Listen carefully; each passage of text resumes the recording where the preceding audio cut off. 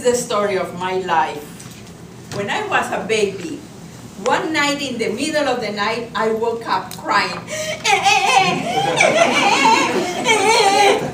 My poor mother, after taking care of 13 children during the day, has to wake up in the middle of the night to take care of this little prank who's crying. So she went like this. She grabbed me. She's so tired.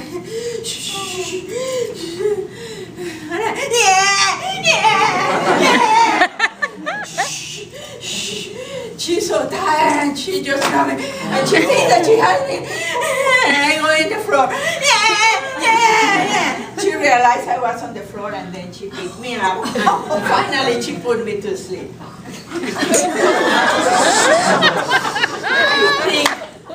That is the corporate of me having a little bit of problem and then having difficulty in learning languages. To me, to speak English is very difficult. Later in life, I decided to come to the United States, being from Colombia, Spanish-speaking language, come to the United States to study. And when I arrived here, I went to my cousin's house. That's where I was supposed to live with my family. My parents were very worried. Amparito, please, if you don't understand, please ask people to speak slowly.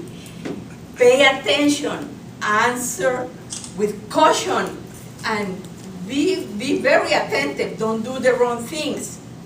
On the other hand, I have these very naughty friends. Amparo, don't worry, you know you're going to have a lot of fun. Because if you don't understand something, you just say yes, and you see you're going to have great time. Remember, yes.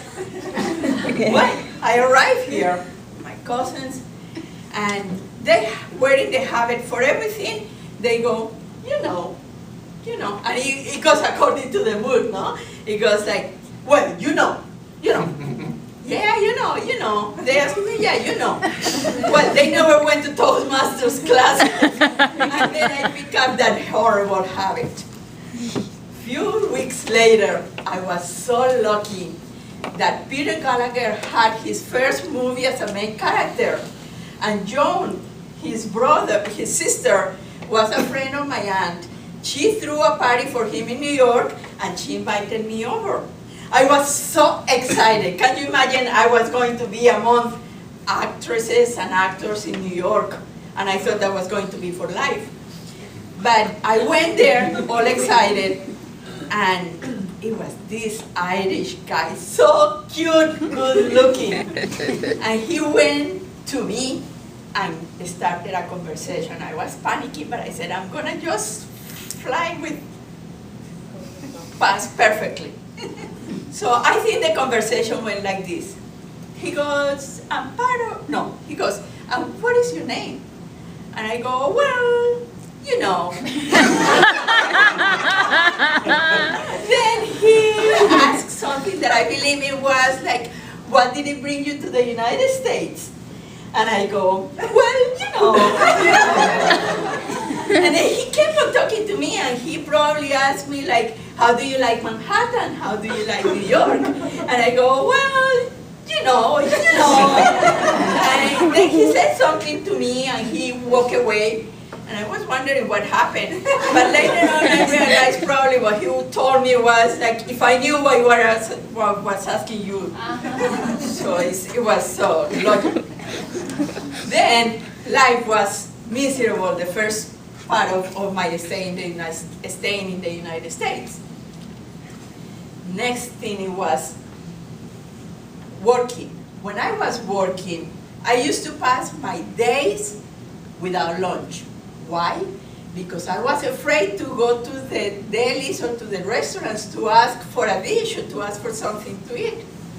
One day I was so hungry, it was 1 o'clock in the afternoon, and I was desperate to eat something. And across the street was a deli. So I said, there is no problem. I go to the deli, and I'm going to ask. I had in my mind that I was going to ask for a ham and cheese sandwich. And that's what I have in back of my mind, ham and cheese sandwich. I went to the deli, stood in the line, long line. When it was my turn, the guy asked me behind the counter, "Madam, what would you like?" And I go, "Ham and cheese sandwich, please." And the nice guy asked me, "What bread would you like it on?" My brain went like this. I'm not saying anything, but I think my face was red, blue, yellow, all colors. And I'm thinking, I never thought about bread. What should I say? So then I turned around and I said, "Okay, just give me Coke and chips." Ladies and gentlemen, Coke and chips was my lunch for months. Until I learned how to say other things. I went on a trip, and I met on that trip a very nice guy.